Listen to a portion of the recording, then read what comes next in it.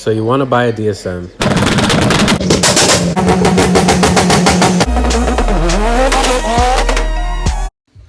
Before you buy a DSM, there's a couple things you should know.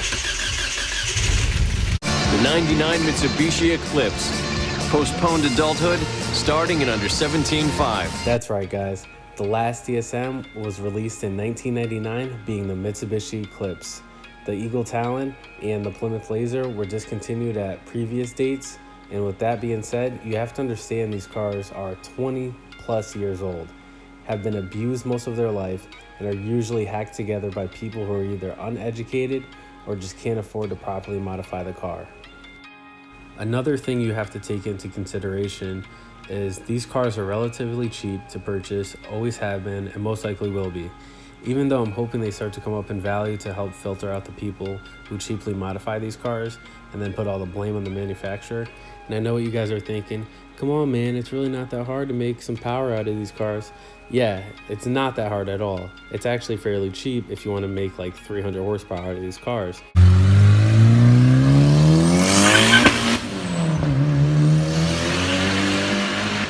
Compared to some other platforms, but don't expect cheap parts and incorrectly installed parts to last forever.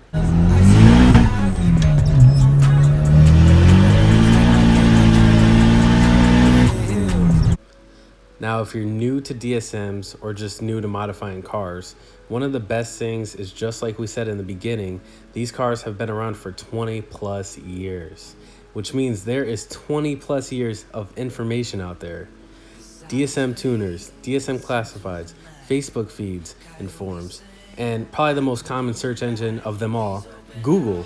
So with all this information out there, we're able to research what people have found out works and what doesn't, and put it into a perspective of what the purpose of our vehicle is going to be and what our realistic goals are going to be.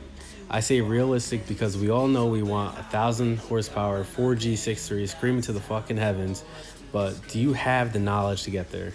Do you have the funds to properly get there? And last but not least, do you have the funds to properly maintain the car at whatever level of horsepower and torque you have chosen? Probably not. Probably not. With 20 plus years of research, we know what the boundaries of each setup is capable of doing and how it will perform. So please do your research, because if you don't and the answer is out there, you will get bashed for laziness. That's a fact, and I've seen it happen numerous of times. Now, some frequent questions I see a lot of the time are the following. What should I look for when buying a DSM? The first thing you have to take into consideration when buying any used car is your budget. If you have a $1,500 budget, don't expect to purchase a rust-free, mechanically sound car. You're most likely going to get something that needs a lot of love. Now, if you have a $4,000 budget, it's pretty safe to say you'll find something without rust, maybe stockish, and with a decent amount of mileage.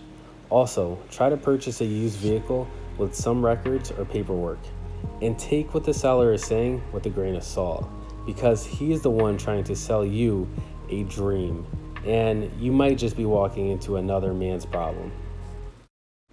Another question I seem to see a lot is, will my car crank walk? Most likely not.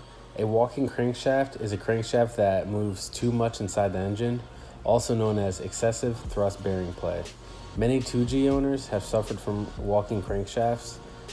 It appears that Mitsubishi built too many 2G engines using defective crankshafts, which were machined out of spec and capable of moving around too much inside the block. 1G owners do not generally need to worry, as there is no chronic problems with crankwalk per 1995 cars. However, it is possible for any car to experience crankwalk if there is problems with the crankshaft bearings.